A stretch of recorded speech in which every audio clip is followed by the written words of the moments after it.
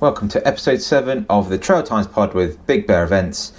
We will be going over some bits from the Elephant Challenge and from the Petzl Night Trails 10k. So we'll start with some live clips from those events and I will join you on the other side. We are at the Elephant Challenge at Salcey Forest. Recording this a little bit earlier than I normally do. This is registration happening. We're joined by Ultra, if you can, where's that behind me? Ultra behind me somewhere, if you're watching on YouTube. Sarah from Ultra's here helping us out, which is excellent. Lots of people have been able to try on all the trainers that they want to do and go and run properly.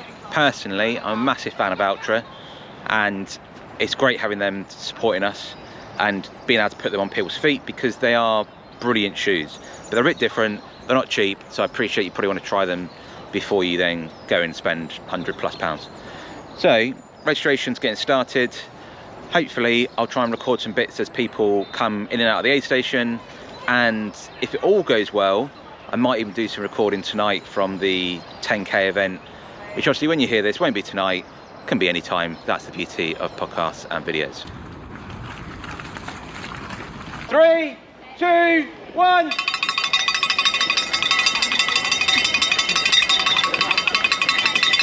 Have fun, everybody!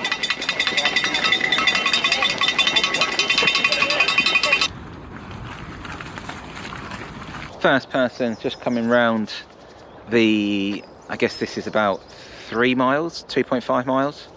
So he's just coming along now. Always good to see the first few people, because once a first few have come through, you know that they've not got lost. All going all right? Yeah. Good man. It's good. Off he pops. Gonna try and run along a little bit with Barry here, just see how he's getting on. Barry comes to tons of our events, very regular. All right, Barry, I'm gonna run with you. We're gonna see how we get on doing this. How's it going? All right. Do you know how many times you run here before? I think this is my 5th one of these.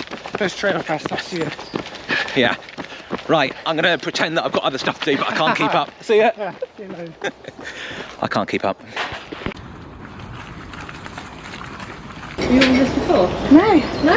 Oh, the furthest I've done since 2006 is a 10k, so that's just nearly killed me. Oh, well done. Oh, well done. That's really good. Your first time. Again, we're doing canicross, and again you can see the dog having a little drink at the canicross aid station. They love it. Well done, Ben. Cheers, thank you. 135. Well done, Chris. Well done, Catherine. Well done, Phil. Well done, Jenny. What's the plan for the day? So one more lap. I'm going to get up to 13.1 miles and I'll just walk the rest of it. I'll So- do a break and then walk back. So this is... So I'm trying to do a 2.5 hour long run today as part of my Boston and London Marathon training. Yes. So yeah. hang on, so London's 6 weeks? Ish? Yes, yeah, I think so. No, 7 weeks, and Boston's going to be 6 weeks on Monday. Oh So, God, yeah, because Boston's the week yeah, before. So it's the same week, Monday and then Sunday. So, Okay. madness. So Boston you've been wanting to do for ages, right? Yes, to get my 6-star. So yes, that's the aim, to get there and get the 6-star, then come back, do London and just kind of trot round and have a good day. Yeah. And enjoy it, soak up the crowds and just have fun. Yeah, I have the same conversation with lots of people. London isn't there to be raced. No, it's there to have fun. There to have fun because yeah, soak it up. it's quite difficult to race it anyway. Yeah, it's busy. And if you want to race, go to Abingdon and pay 30 quid Yeah. rather than go to London where it's like the greatest sporting event in the world. Exactly. Yeah. But yeah, it's a good atmosphere, lots of crowds, people keep you going, lots of cheering, and yeah, I love it. Yeah. Right. I'll let you get on. Right. Cheers, Anne-Marie. Cheers, see you later. Bye. Rachel, how are we getting on today? Brilliant. 3 laps in. I'm aiming for a marathon, so what, 4 in a little bit? Yeah, perfect. Yeah. Lovely day. Yeah. The weather, I'm going to get rid of that stick. The weather has actually been a lot better than we thought it was going to be, isn't it? Yeah, stunning. A little bit warm, but I like it. I mean, I've done every event with you this year. And, Okay, nice. And I'm enjoying them. You got some more? Yeah. Good? Yeah, Good. got loads. Otherwise we'll stop right now and you can I'm get your card out. missing Trail Fest, but I'm at the one after that, the Back challenge, yeah, the night one. and the one after that in rugby. Excellent. So looking forward to doing like a full year with you. Yeah, blimey, yeah, you'll be on track for it. It gets a Yeah. bit easier because we've done quite a few between Christmas and Easter, and then I think we're going to about one a month. I mean, this one's one of my favourite routes. Bradgate, Badger, was it? Yeah, Beacon Hill. That is my favourite of all of them so far. But It's tough loads there, of but it's so variety. nice. Yeah, I mean, there's probably, I don't know, more elevation in the car park there than there is on the whole lap here. Yes, but it's 50% walk up, if you like. Yeah, and then yeah. a very nice slow down, and it just keeps me very steady throughout the day, so Yeah. I can get the distance in. 100% Doesn't agree. seem too hard. Well, I describe it as like the most beautiful downhill running you can do. Yeah.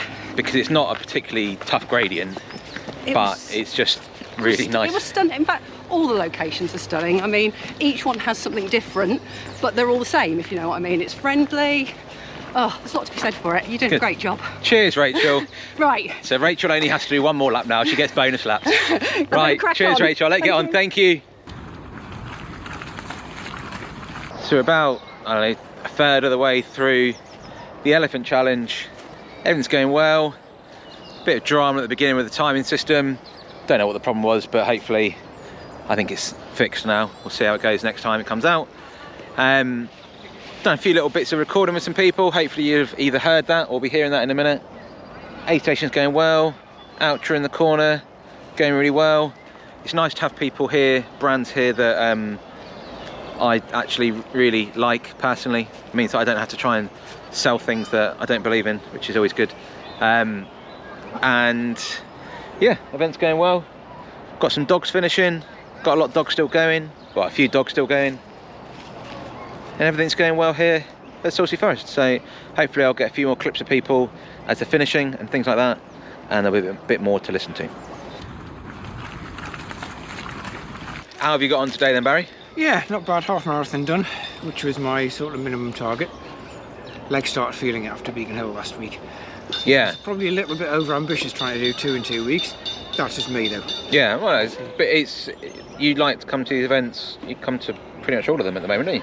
You've done well this year on getting most of the days that you've got when I'm actually off on my shift pattern. So Right, it works, okay. It works for me. So without getting into your whole life, so I mean, last time I think you finished and then went to work, didn't you? That was Wrighton. I was on a Okay, late shift yeah, to yeah. finish, but that's only 20 minutes from where I work, so it Right, kind of, okay. it's kind of handy. But the events work well The because events work well. There's you work most of shifts. the ones, a lot of the ones this year, you've got days where I'm either off or I can book off. yeah. And there's another, I think Kingsbury, I've got somebody's done me a swap for, so they're doing my shift, so I'm doing that. But it there's just only a couple I can't actually make this year so far. yeah, but it works well having the midweek stuff. Yeah, because to then fit around a it keeps shift my pattern, right? weekend. It keeps my weekend free for family stuff as well. Yeah. Which kind of. Yeah, helps. well, this is what Yeah.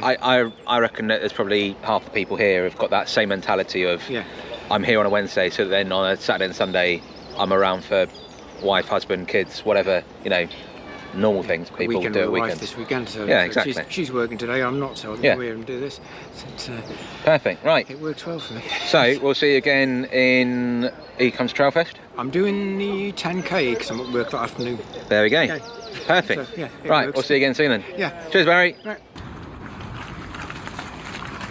Verity's the one who's media savvy. She's always on local radio. Oh, really? Yeah, they're always ringing up for your opinion. I wouldn't get too excited. I'm very opinionated. Right, so you guys have all come from Northbrook, right? You Northbrook, yeah. Coventry. Excellent. So, have you all running these events before? A lot of you. I yeah. have. I've done this one exactly 2 years ago today. Excellent. First time for me though. First time? for me. Yeah. Excellent. So, for first timers, how do you find it? It's definitely there. It's good, it's well marked out, beautiful course. Have you done 6-hour events before, like this, or like the lapped events? No, kind of no, stuff? first time. How did you find that as sort of like a format compared to normal events? Nice to be able to feel you can have a break in between. Yeah, I think Yeah. it takes all the pressure No off. pressure, yeah. You just run at your speed, it's your race, and it takes that race element away from it, Yeah. which is It really did. nice. Yeah. From the Yeah. first lap it didn't feel like you're pressured. I started at the back because it was more about how far can I go than how quick I can go. Yeah. And I'll be honest, everybody just kind of like went off at their pace because they know they've got to do it for the Yeah, long haul. yeah. So it was just a nice non-pressured, Very you well know, kind of organised. event. And it's a beautiful Well done. course here.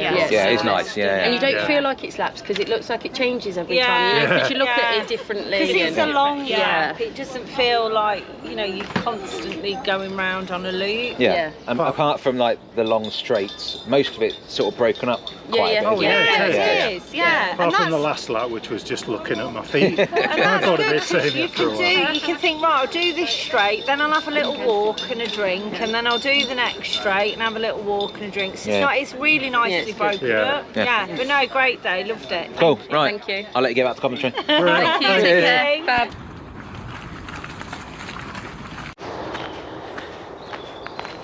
Elephant Challenge has finished. So this is a bit of a different setup to our normal events. So we do the 6-hour event during the day. All went wonderfully, apart from a bit of a mix up with the timing at the start, but that's a internal problem, so no one sees any of that going on really. Otherwise, completely faultless. Incredibly helpful to have a volunteer team that know what they're doing. My mum and dad are there, so they're there all the time. Mary is with us 99% of the time as well. She's done, don't know how many, maybe 2 years on the trot of pretty much every event, so that's brilliant.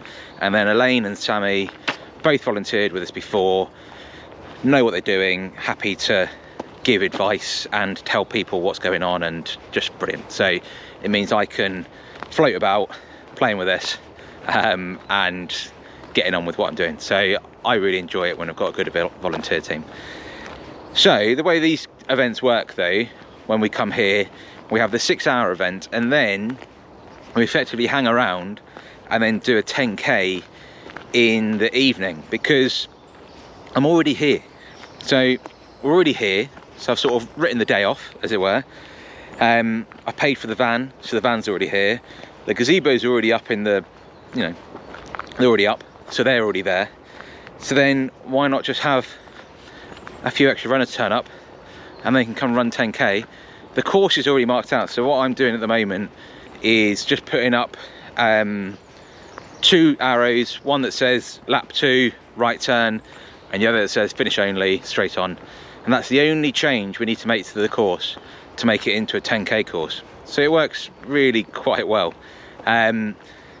So it's sort of a bit of a no-brainer to do really, and once I did it once, you're like, well, without being too crass, I can sort of stay for a few hours and make some more money really, rather than having to come back and do it on a different day. That would be a bit of a pain, so I don't want to do that. But these events are really good. We've got Petzl with us, excellent to have them involved as well. They are, I don't know this for a fact, but I'm going to say they are the market leading head torch brand. They make brilliant head torches. I wear Petzl. I've bought Petzl for years. They are very, very, very good. So it's excellent to have those guys on board. They should hopefully be back at HQ when I get back there, and we'll have 140, probably be 120 turn up, but we've got 140 signed up for the 10k tonight, which is brilliant. The 10ks are a lot more fun when the weather is like this and it's not freezing cold.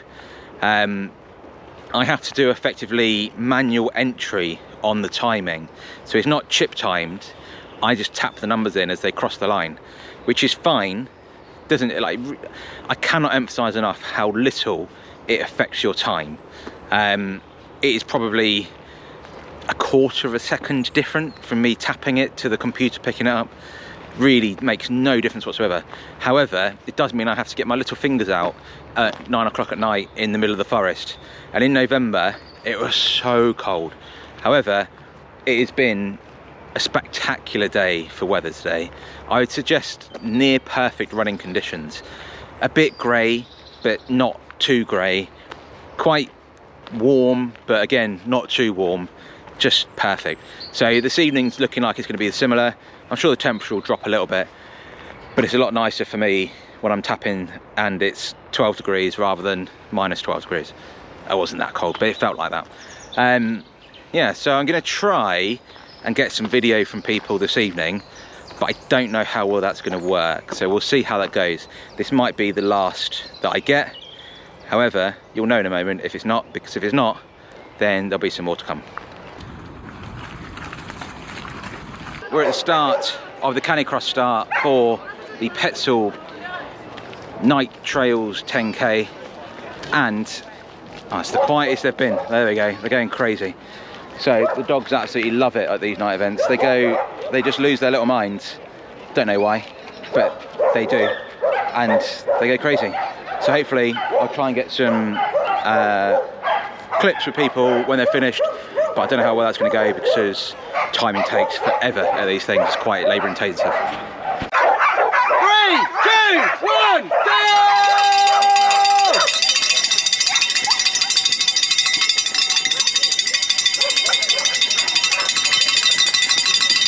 3, 2, 1, go! Have fun, everyone! Those were some clips from the Elephant Challenge and from the Petzl Night Trails 10k. So we heard from Barry, who had tried to run with a little bit on the course, but he ran off while I was holding a big stick, so I struggled with that. So we'll see, we'll try and do some more of those. And also from Barry after the event as well. It's good to chat to him. He's one of the many shift workers that we have that come to our events where it just works really well to have these events during the week, because he doesn't want to spend all weekend doing his running. He likes to do it during the week, and we see Barry a lot. So I think he's been to the majority, probably in the last 2 years. He's not missed many, which has been really good because he sets a nice tone, which is good. And then there was the little clip where, if you're watching, you'll have seen sort of a finish line with nothing happening. If you're listening, it might have just sounded a bit different, but sort of overhearing the runner talking about running further than she's done for 20 years, or nearly 20 years. And it's conversations like that that are just absolute gold, which is why I wanted to include it. I have lots and lots and lots of those conversations with people, and I don't manage to catch many of them on film or on audio. So I was really keen to get that one in there, because it's so common. So many people come to our events who are pushing new distances, haven't run that far for ages, haven't done anything since they're at school or whatever it is, and they just come and they enjoy it. They don't have to sign up for a set distance. They just do what they want to do on the day. No pressure. Come and have fun, and it's lovely. I really just love those conversations. It's great listening to people that have done 700 marathons or whatever it is, but the people that are coming back to it have just sort of found a new love for running. Beautiful, absolutely love it. And Anne-Marie, that's Anne-Marie of Coventry Runner, if you sort of recognise the name but maybe haven't been there.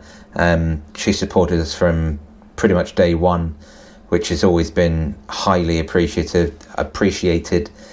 She's doing Boston and London. I think she says in the clip how Boston's on the Monday and then London Marathon's on the Sunday. I hadn't really remembered she was doing both of them. So that's pretty cool. She's doing London in memory of her mum, who passed away last year as well, raising lots of money for Macmillan. I've chucked a few prizes in the raffles that she's done, who have been really well supported. So really good to see her just getting the training in and getting it done. She's got a little one as well. So again, the midweek stuff just fits really, really well, especially when you work in retail as she does. Weekends are work time, so it's difficult to get out during the weekends. Rachel, who's a member of our Big Bear Brigade. So again, if you were watching, you'll have seen she had Rachel on her top. That's one of the perks of being in the Big Bear Brigade. If you want to see more about that, then by all means log on. She obviously had lots of nice things to say, and we see Rachel at lots of our events as well. I caught a little bit with the Northbrook crew. So Northbrook are a running club in Coventry. I don't know if it's the outskirts of Coventry or smack bang in the middle of Coventry, but it's Coventry somewhere. And it's really nice. So there was the four of those people, those 3 women and 1 guy, I think it was, who were effectively running together for the majority of the event, I think. But then there was a few other club mates who, one went further, one went less, or I think something like that. And it's great, and it's such a good way to spend time with club mates that doesn't involve either somebody feeling like they've got to go fast because they're holding somebody up, or being really annoyed they've got to wait for ages in some horrible cold field in a tent because someone's a lot faster than someone that's slower. It works really nicely. So at the Beacon Hill, we had the guys from Boots head office. This one, we've had a load of people from Northbrook Running Club. It just shows that, you know, running club or running group or whatever it is, come along, bring your mates, make a day of it. It works really nicely. I think having it on a Friday helps because people tend to have more Fridays off, or they're sort of, I think the mentality of taking a Friday and making a long weekend of something, if you work a sort of standard 9-to-5 job, I think that's more appealing than taking a Tuesday off to come and do the same thing. So really, really liked that. And then I rambled for a little bit in between while I went and changed between the daytime and the nighttime. So it might not be obvious to anyone, I guess, but we do the Elephant Challenge during the day on one of our standard 6-hour format events, and then we hang around and we do the 10k in the evening. So we did the Petzl Night Trails 10k in the evening. It makes sense. It makes sort of business sense and common sense because I'm already there. I've hired the van, the gazebos are all up, I've marked the course, I've done all of that. All I've got to do is change 2 arrows and I've turned that 5k course or 3.5 mile course into the 10k course. So there's no effort on that part, and then I can bring in 140 entrants. I think we end up with 110 or something on the night, something like that. So I can then bring all those people in and we're there. Brilliant. It just works. It's one day out for me as well, so it's not another day that I've got to do things. And we've done that for a few years now where we've doubled up. When I first started doing the nighttime events, I hadn't really thought of that, I guess, and so we'd just turn up and do the nighttime event, and it's fine.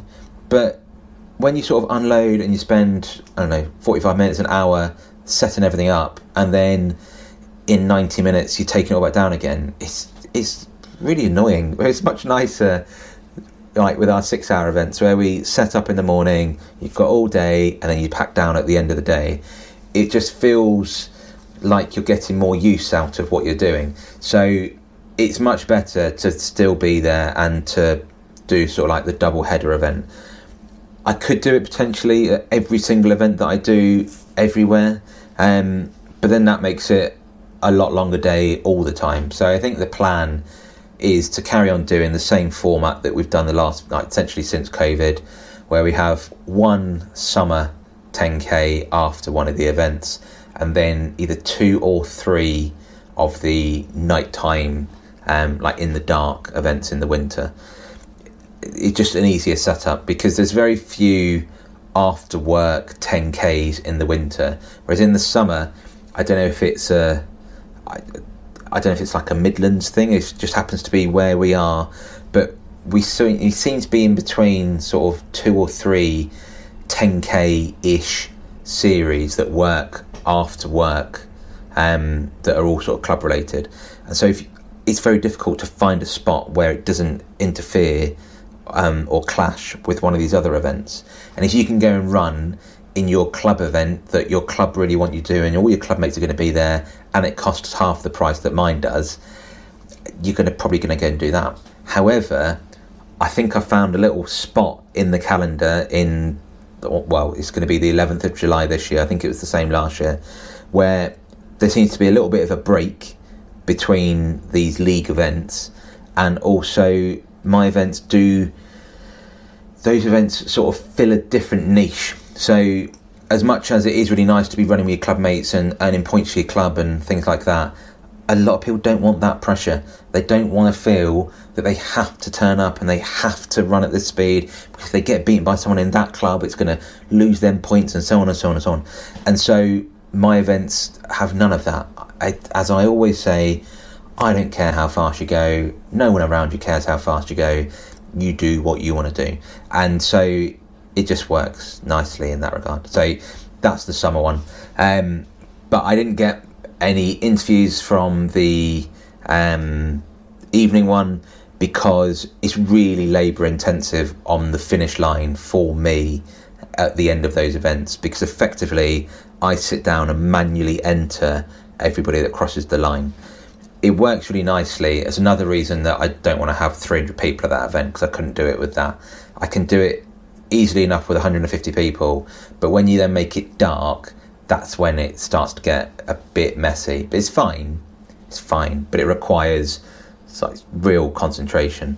But I did do a few little clips of the start. So the canicross start is always chaotic, brilliant, but chaotic, because the dogs go mad. So whenever we do the dogs during the day, you don't even hear them. They just sort of sit quietly at the beginning and they toddle off. Some of them fly off, but they always sit quietly. I mean, even during the race briefing and things like that, they just sit and everything's fine. But the night time, different story. Always really loud, generally good natured and so on. But it is very different. We'll make some changes to the canicross for next year as well. I'm going to be incredibly explicit that it is a mass start event. So I think some people have not necessarily read everything that I've put online as to how we do our canicross events, which is very similar to how a lot of the events that have a non-canicross event and allow dogs to run, it's very similar to how they do it. But you do get canicross specific events where they sort of set them off one by one. And that's not what I'm going to be able to do with an event the way that I'm doing it. So it just doesn't really work. But for 99% of the dogs, it's not an issue, but for some it seems to be an issue. So I'm just going to be really explicit as to how we're going to do it. But it's brilliant. And this is the third recording that I've had to do of this podcast. Did one at about 5:30 this morning, and then listened back to it and the audio sounded really bad. So I did another one during the day, beautiful sunshine today. I'm recording this on Sunday the 9th. And then I listened back and the audio was only in the left ear, which sounds awful to listen to. So now having another go at 10 o'clock on Sunday night, third go, trying to get this right. But as well as those technical problems, I also wrote down, so what I've started to do, I think I mentioned last time, is I have a tendency of remembering parts of stories, completely forgetting names, and having half stories from events. I'm not very good at remembering all of the story, as is my life. So I've started writing them down, but for some reason the computer didn't save it, and so I've written down bits that I can remember and found some stats from what we've been doing. So it's the second event in a row now where we've had a female who has run the furthest in the fastest time, which is brilliant. And it's not that uncommon with our events. I haven't gone back through it, but we get a lot more female winners than you would do at a standard 35 miler or whatever the winning distance tends to be. And it's good. And as much as that is something that I could sort of really celebrate as being like a huge, great big thing, I don't really want to, because we don't massively celebrate the winners, which sounds silly, and when you say it out loud, does sort of sound a bit odd. But yes, somebody has run further than anybody else, but what if somebody had run a 2 hour 10 marathon? That's really quite impressive. But somebody could run one lap more and take 6.5 hours, and they would come above them in the results. And then what about the people that have run their first ever half marathon age 70? That's really, really impressive. And so I don't want to sort of diminish what they're doing. So it's sort of all in part of that. And I don't want to make the events ultra competitive either, or particularly competitive at all, really. So I don't want to sort of go on about the winners when it comes to the 6 hour challenge events. I think when it's a set distance, it's a little bit different. So with the 10Ks, as much as, they're not on a podium and, confetti cannons going off or anything silly like that. I think talking about winning times when it comes to a 10k is a little bit different, but you know, it's the key to all of these events. Always is it's up to you to do what you want to do. If you want to come and race it and be dying on your ass at the end, brilliant, that's up to you. If you want to come and plod around, walk, chat, take 1,000 pictures, then you do that. And it doesn't matter. Nobody around you is fussed about what you're doing. Nobody's looking down on you for doing what you're doing. Nobody's making a judgment on you for doing what you're doing. It's up to you what you want to do. And again, that's regardless of any of the distances or anything like that. What was cool though is in the 10k, the male first in the non-canicross was Antonio, and he did it in 37:35. And the male first in the canicross was Thomas, and he did it in 37:34. So there was 1 second difference between the dog and the non-dog. And I mean, the canicross start 10 minutes before, so it wasn't as though they were nip and tuck as they were running together. And if they were, who knows who would have come out on top? I had no idea. But it's just brilliant that they were so close on the times, and I only really realised that when I was typing all this up earlier. But when you sort of see people doing canicross, when it's going well, you're like, oh, that must be really easy. The dog's just pulling you along, and all you've got to do is sort of jump and the dog pulls you. And I think there are periods where it is like that, but then there's the period where the dog wants some water, so it just sort of jumps into a puddle, or something spooks it, so it just stops, or it goes to the wrong side of the wrong side of the path, or it wants to go and do a poo, or whatever it is. And so it can be, some dogs are brilliant and make you go a million times faster, and some dogs aren't, and it's about enjoying being out with your dog. So it's not all about going faster, but I just thought it was really cool that there was only 1 second in it. It was definitely the fastest field we've had in terms of the overall times in the 10k. We had 3 men under 40 minutes, which is pretty good going. It's not as though it's a difficult course with loads of elevation or anything like that, but a sub 40 minute 10k on sort of trail surface is pretty good. So to have that many people going that fast is very impressive. As I said though, it's not all about the time. So the person that finished in the middle of the results table was on 58 minutes, and over 45% of the runners were over an hour. The last finisher was in 1 hour and 23, and the embrace between Shimon and Narasa at the end, like, they loved it. They absolutely loved it, and the speed of the people at the front didn't take away from their joy and their sense of achievement for doing what they did. And that was brilliant to see, absolutely brilliant. And hopefully everybody feels that they were encouraged and valued, whether they won it or they came 37th or 98th or whatever it was. But it's just great, and it's really, really good. And Richard got some amazing photos from the start as well, very atmospheric, makes it look a lot more serious than it was, just because of the way that it just the way it looks when it's sort of all dark and moody. But a really, really good night. Really helpful to have the volunteers out there, obviously. Much nicer doing it when it's sort of t-shirt weather. I just had a jumper on that evening when we did the event in November, and it was so cold. I couldn't get enough layers on. It was insanely cold. So it's been really nice to do it in some decent weather. By the time this goes out, it might be back down to snowing. I saw a forecast for Wednesday, so who knows? It depends when you're listening as to whether it's still good weather. But it was a really, really good event. We love Salcey Forest. Absolutely love it. It's effectively our home venue. Been there more than anywhere else. We'll continue to go there. It's not currently on the website, but we'll be back there in November for the Dormouse Challenge. I'm just trying to sort out my graphics for the website, and then I'll get that launched and ready to go so we can get people entered for that. We'll be back for the Petzl Night Trails series. We've got a new venue that we're using that we're going to be going to on the 30th of September, and then we'll probably do the 2 events again at Salcey Forest as well.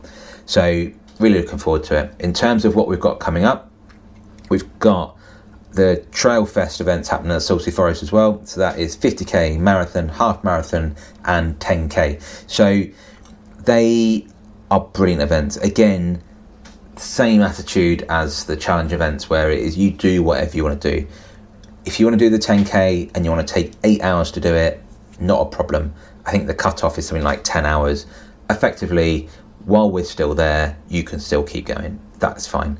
We're going to be there for the 50k, so it's not an issue. It's a really, really good event. It is quite big. It requires quite a lot of help. I need some more help, ideally. So if you're able to volunteer, please let me know, because that would be incredibly handy. But it's a really, really good event. We've loved doing it the last few years, getting those people out, either experienced 50k runners or first-time 50k runners who are looking for a big cut-off. The cut-off, I'm going to say from memory, is over 10 hours. I think it's 11 hours. We've not had anybody near that in the past, and we've had some shockers in terms of underfoot conditions. The underfoot conditions at the weekend were better than they were for the event last year. If we get a couple more weeks of dry weather and we don't have massive downpours, it's going to be in perfect condition when it comes to the 6th of April. So have a look out for that. In terms of 6-hour events, our next event is the Bat Challenge back at Beacon Hill Country Park. That's the one where we start at 6 p.m. on a Friday and go all the way through to midnight. Brilliant event. If you've not run trails at night before, come and have a go at that. You get to do a couple of laps in the light, and then hopefully if you time it just right, you'll get up to the top just as the sunset is going all the way over Leicestershire, and then whack the head torch on, run down the hill and do a few laps in the dark as well. It's just beautiful. Of course, you could just come and run one lap in the light and then be home for the one show. So you could do that. You don't have to stay out until it's sort of pitch black. You do whatever you want to do. But it's a great event, and we get great support at Beacon Hill as well, so I'm hoping that's going to be really popular. Got decent entries for it so far, but obviously it's not for 2 months yet, so we've still got a bit of time on that.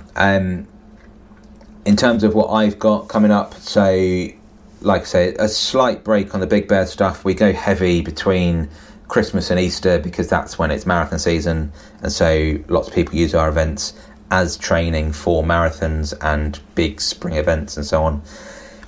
I'm down with Centurion for 100 Hills this weekend, their 50k event, so I'm sort of co-race directing that a little bit, so that'll be good. So might see some of you there, might record some bits there, but it's a bit different when it's not my event, so I'm conscious to make sure I'm being professional there. But that event's always great fun.